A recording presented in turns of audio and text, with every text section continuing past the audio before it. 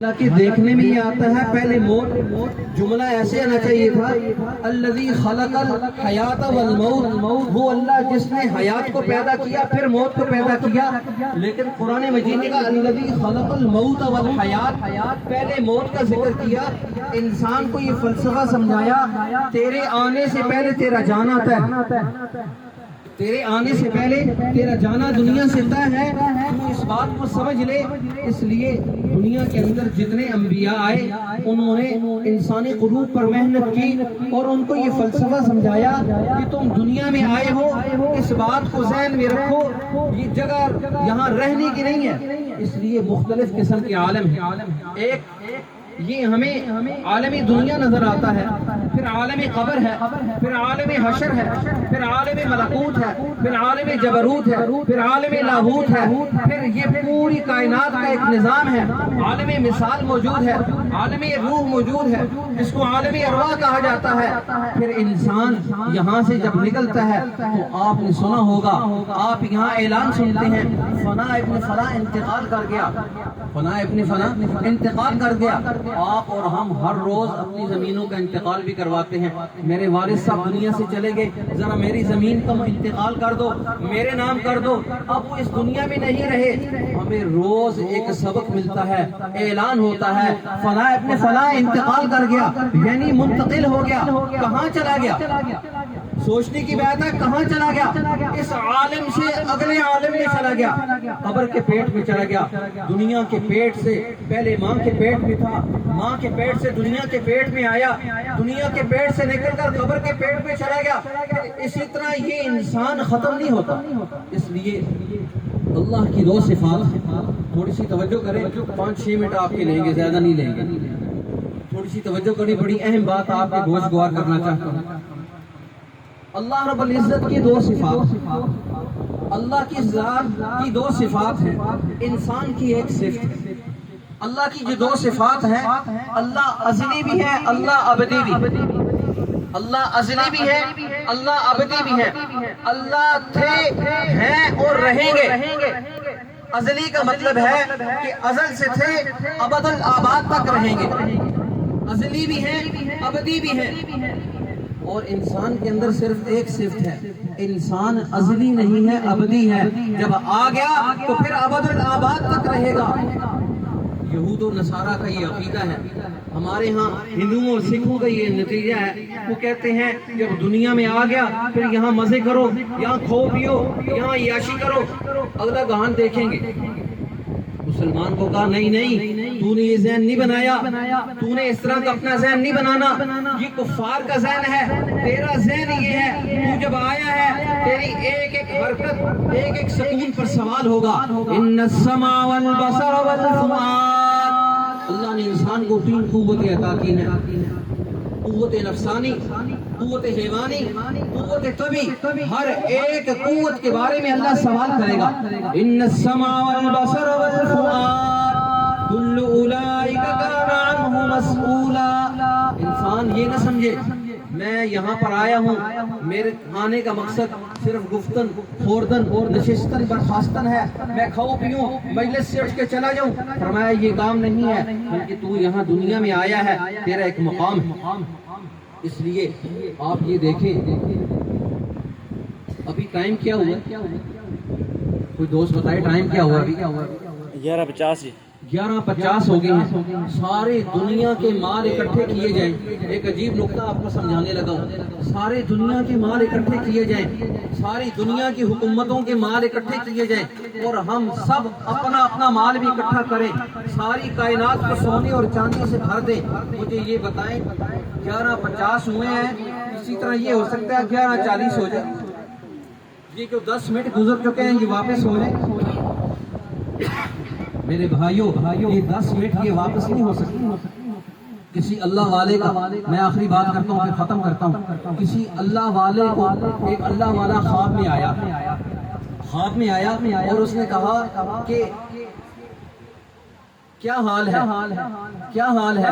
کہنے لگے آج میں نے قبر میں 10,000 قرآن پڑھے۔ قبر کی زندگی اپنی ہے، جیسے دنیا کے سال ہیں، ایک نوری سال ہے، چاند کی رفتار اپنی ہے، سورج کی اپنی ہے، ان کی اپنے اپنے لاکھوں سالوں کی ترتیب ہے. قبر کا ایک اپنا نظام ہے، قبر کا ایک اپنا نظام ہے. انہوں نے پوچھا 10,000 قرآن پڑھے ہیں؟ سبحان اللہ. انہوں نے کہا ہاں میں نے 10,000 قرآن پڑھے ہیں، لیکن یہ یاد رکھنا تیرا سبحان اللہ کہنا 10,000 قرآنوں سے بڑھ گیا. ان کا حضرت سمجھ نہیں آئی. کہاں 10,000 قرآن اور کہاں میرا ایک دفعہ سبحان اللہ پڑھنا، یہ کیسے بڑھ گیا؟ حضرت نے فرمایا میں دنیا سے کٹ چکا ہوں، میں دنیا کے پیٹ سے نکل کر قبر کے پیٹ میں آ گیا ہوں، میں ایگزامینیشن ہال سے آؤٹ ہو چکا ہوں، تو ابھی تک ایگزامینیشن ہال میں موجود ہے. تیرا ایک زبر، ایک پیش، ایک زیر، ایک نقطہ، ایک الف، ایک حرکت، ایک سکون، تیرا ہر دنیا کے اندر ایک مقام ہے. میں دنیا سے کٹ چکا ہوں، میں پڑھتا ہوں، میں لذت کے لیے پڑھتا ہوں، لیکن تو ایگزامینیشن ہال میں موجود ہے، تو خواب کی حالت میں ہے، تو دنیا میں موجود ہے، تو نے دنیا میں اپنی زبان سے کہا سبحان اللہ، اور یہ تیرا سبحان اللہ 10,000 قرآنوں سے بڑھ گیا. میرے بھائیوں کوئی ایگزامینیشن ہال میں جتنا مرضی لکھ لے اس کو تو ملتا ہے، اور جب ایگزامینیشن ہال سے باہر نکل کر پوری کتاب میں لکھتے ممتحن کو اس کو انعام نہیں دیتا، اس کو نمبر نہیں دیتا، اس کو کہتا ہے تو جو مرضی لکھ لے، اندر کا لکھا ہوا کام آئے گا. جہاں دنیا میں ہم جو کام کر رہے ہیں ہمیں کام آئے گا. دنیا مزرعۃ الآخرہ، دنیا آخرت کی کھیتی ہے. میں نے اور آپ نے یہاں جو کام کیا ہے، جتنا کام کیا ہے، وہ ہمیں وہاں آخرت میں کام آئے گا. اور اگر ہم یہاں کہیں کہ ہمیں کسی چیز کی ضرورت نہیں، ہم جو مرضی کر لیں، فرمایا یہ بات نہیں ہے. اپنی مرضی، اپنی خواہش کی زندگی گزاریں گے، پھر خواہش کی زندگی کی کوئی حیثیت نہیں ہے. جب ہم نے نبی کا کلمہ پڑھا، نبی کی غلامی کو قبول کیا، جب نبی کی غلامی کو قبول کر کے ہم نے لا الہ الا اللہ کا توق اپنے گلے میں ڈال لیا، پھر کھانا، پھر پینا، پھر پہننا، پھر سونا، پھر اٹھنا، پھر بیٹھنا، پھر نشست و برخاست، پھر ہماری زندگی کی انفرادی اجتماعی زندگی، پھر ہماری زندگی کی گھر اور باہر کی زندگی، جب تک اللہ کے رسول صلی اللہ علیہ وسلم کے زندگی کے مطابق نہیں ہوگی تو پھر وہ دنیا ہوگی، وہ آخرت نہیں ہوگی. اس لیے ایک صحابی کہنے لگے، بڑی عجیب بات ہے، ایک صحابی کہنے لگے یا رسول اللہ ہم اپنے گھر والوں کے پاس جاتے ہیں، اس پر بھی اجر ملتا ہے؟ حضور نے فرمایا اگر تم زنا کرو تو گناہ ہوگا؟ مان جائیں دین اسلام پر. آپ اپنے گھر والوں کے لیے کردار ادا کرتے ہیں. وہ حدیث میں فرمایا ایک نوالا اپنی بیوی کے منہ میں ڈالنا صدقے کا ثواب ہے، بچوں پر خرچ کرنا صدقے کا ثواب ہے. آپ اگر واش روم جاتے ہیں اپنی قضائی حاجت کے لیے دعا پڑھ کے جاتے ہیں، آپ کا واش روم میں جانا عبادت بن جاتا ہے. باہر نکلتے ہیں، باہر نکل کے دعا پڑھتے ہیں، آپ کا وہاں پر بیٹھنا، باہر نکلنا عبادت بن جاتا ہے.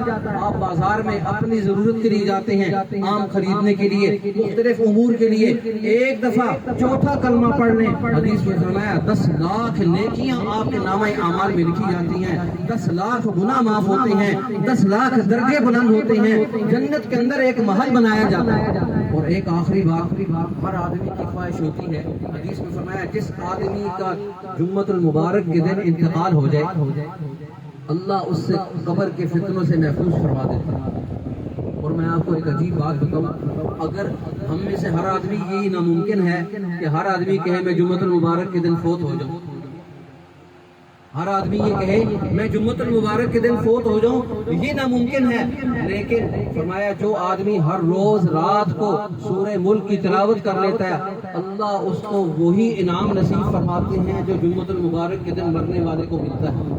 میں اور آپ یہ نہیں کر سکتے جمعۃ المبارک کے دن ہم فوت ہوں، لیکن ہم یہ کر سکتے ہیں ہر روز رات کو سورہ ملک کی تلاوت کر کے سوئیں. حدیث میں فرمایا جب سورہ ملک کی تلاوت کرتے ہیں مردے کو عذاب دینے کے لیے فرشتے آتے ہیں، یہ سورہ ملک دائیں طرف سے، بائیں طرف سے، آگے سے، پیچھے سے، اوپر اور نیچے سے یہ ڈھال بن جاتی ہے اور کہتی ہے تم اس کو عذاب نہیں دے سکتے، یہ مجھے پڑھا کرتا تھا. کہتے ہیں حدیث میں آتا ہے فرشتے کہتے ہیں ہم مامور ہیں تو اللہ کی عدالت میں جا. اللہ کی عدالت میں سورہ ملک کو پر ملتے ہیں, یہ پرواز کرتی ہوئی جاتی ہے اور جا کر دعویٰ دائر کرتی ہے اے اللہ یہ میرے پڑھنے والا تھا, یا تو مجھے اپنے کلام سے نکال دے یا اس مردے کی بخشش فرما دے. اللہ فرماتے ہیں جا یہ مردہ میں نے تیرے حوالے کیا, اور پھر اس کو جنت کی کھڑکی وہاں سے کھل جاتی ہے. میرے دوستو آج قاری عاطف صاحب کی نانی جان یہاں نہیں ہے, لیکن انہوں نے جو نیکی کے کام کیے ہم ان کو کام آئیں گے. میری آپ تمام لوگوں سے التماس ہے جہاں آپ موجود ہیں, الحمدللہ ہمارے بھتیجے قاضی نذیر احمد صاحب ماشاءاللہ یہاں آپ کی اس مسجد میں خطبہ جمعہ کے لیے آتے ہیں, امور چلا رہے ہیں. الحمدللہ یہ بڑے نسبت والے ہیں, یہ اولیاء اللہ کا خاندان, یہ اولیاء اللہ کا خاندان ہے. حضرت پیر میر علی شاہ صاحب رحمۃ اللہ علیہ ہمارے پردادا جی رحمۃ اللہ علیہ کے پاس بھوئی گاڑ کے اندر پڑھنے کے لیے آیا کرتے تھے. بھوئی گاڑ کے پہلے گاڑ آتا ہے, بعد میں بھوئی آتی ہے. جب گاڑ آتا گھوڑے سے اتر جاتے, کوئی بھوئی پیدل جاتے کہ میرے استاد کا آگے گاؤں ہے, پیدل بھوئی تک جاتے, گھوڑے پر سوار ہو کر نہ جاتے. اور الحمدللہ حضرت پیر میر علی شاہ صاحب رحمۃ اللہ علیہ ہمارے پردادا جی کے پاس پڑھتے رہے ہیں. حضرت علامہ انور شاہ کشمیری رحمۃ اللہ علیہ جنہوں نے 50 سال دارالعلوم دیوبند کے اندر بخاری پڑھائی ہے. حضرت مفتی حسن صاحب جامعہ اشرفیہ لاہور, یہ وہ لوگ ہیں جو ہمارے دادا جی رحمۃ اللہ علیہ کے پاس پڑھا کرتے تھے. مولانا نظر الرحمان صاحب ہمارے تایا جی مفتی عبدالحی صاحب رحمۃ اللہ علیہ کے پاس بھوئی میں پڑھا کرتے تھے. یہ وہ لوگ ہیں جنہوں نے دنیا کے اندر کردار ادا کیا, دنیا کے اندر انہوں نے کام کیا ہے. اس لیے الحمدللہ یہ ہمارے بھتیجے قاضی نذیر احمد صاحب آپ کے پاس آتے ہیں. یہ ظاہری اعتبار سے تھوڑے سے کمزور ہیں, لیکن الحمدللہ ان کے بیک پہ بڑے بڑے اولیاء اللہ تھے. الحمدللہ یہ ہماری 22ویں پشت ہے. والد بھی عالم, دادا بھی عالم, پردادا بھی عالم, اس کا والد بھی عالم, اس کا والد بھی عالم. یہ میں تحدیث میں نعمت کے طور پہ بتا رہا ہوں. ذالک فضل اللہ یؤتیہ من یشاء. اور ہمارے قاضی یوسف صاحب مدثر علی نے ایک دفعہ بڑی عجیب بات فرمائی, ہمیں سمجھاتے ہیں, ہمارے بڑے ہیں, ہمیں ہر وقت تلقین کرتے ہیں, کہنے لگے کبھی استاد کی نہ قدری نہ کرنا, اگلی نسل سے علم نکل جائے گا. اور ہم نے ہمارے جیسے سکول کے استاد, ایک دفعہ میں بس میں جا رہا تھا, میں نے پگڑی پہنی ہوئی تھی, جمعہ پڑھا کے آ رہا تھا, میرے استادوں کی کریم شیپ تھی, میں نے دیکھا تو میں بس میں کھڑا ہو گیا. آج سے 25 سال پہلے کی بات بتا رہا ہوں. میں کھڑا ہو گیا تو کہنے لگے استاد جی وہ مولوی صاحب تسی بہت تسی تے میں مولوی صاحب تے ہوں, پر میں تو سب 5ویں کلاس پڑھی. کہنے لگے کب پڑھی؟ میں نے کہا اس سن کے اندر پڑھی. مولانا خالد محمود صاحب اور ہم اکٹھے ہی پڑھا کرتے تھے, ہم دونوں ہم کلاس تھے. تو یہ میرے مامو جان حضرت مولانا قاری محمد داؤد صاحب رحمۃ اللہ علیہ کے فرزند ارجمند ہے, ماشاءاللہ بڑا انہوں نے کردار ادا کر رہے ہیں پورے علاقے میں. اللہ ان سے دین کا کام رکھے, اللہ نے ہمارے سارے خاندان کو قبول کیا. ذالک فضل اللہ, یہ میرے اللہ کا احسان ہے. اور ہم اپنے اساتذہ کی کوئی بھی ہم اس کی قدر کرتے ہیں. اللہ ہمیں اسی طرح اپنے علماء کی, اہل علم کی, ہمارے جو پیر و مرشد ہیں الحمدللہ حضرت خواجہ خان محمد صاحب, حضرت شاہ عبد الخالق آزاد رائے پوری نور اللہ مرقدہ, یہ جتنے ہمارے سلسلے کے لوگ ہیں الحمدللہ ہم نے اپنے پیر مرشد کی قدر کی ہے, ہم نے اپنے اساتذہ کی قدر کی ہے. اس کی برکت ہے, اللہ نے دین بھی ہمیں نصیب فرمایا, دنیا بھی ہمارے قدموں میں ڈھیر کر دی. ذالک فضل اللہ. اللہ تعالیٰ آپ سب کے آنے کو قبول فرمائے. آپ اس گرمی میں موجود ہیں, لگ تک ہیں, پسینہ اندر سے شراکور ہیں, اس کے باوجود آپ یہاں آئے ہیں. یہ بھی میرا اور آپ کا کمال نہیں ہے, یہ اس ذات نے مجھے اور آپ کو توفیق دی ہے. انشاءاللہ یہ پسینہ ہمارا, یہ گرمی کے میں بیٹھنا, یہ میرے اور آپ کی نجات کا ذریعہ بنے گا, یہ جہنم کی گرمی کو دور کرنے کا ذریعہ بنے گا. اللہ مجھے اور آپ کو اس کی توفیق نصیب فرمائے. آپ کا میں نے بہت سارا وقت لیا. وآخر دعوانا الحمدللہ رب العالمین.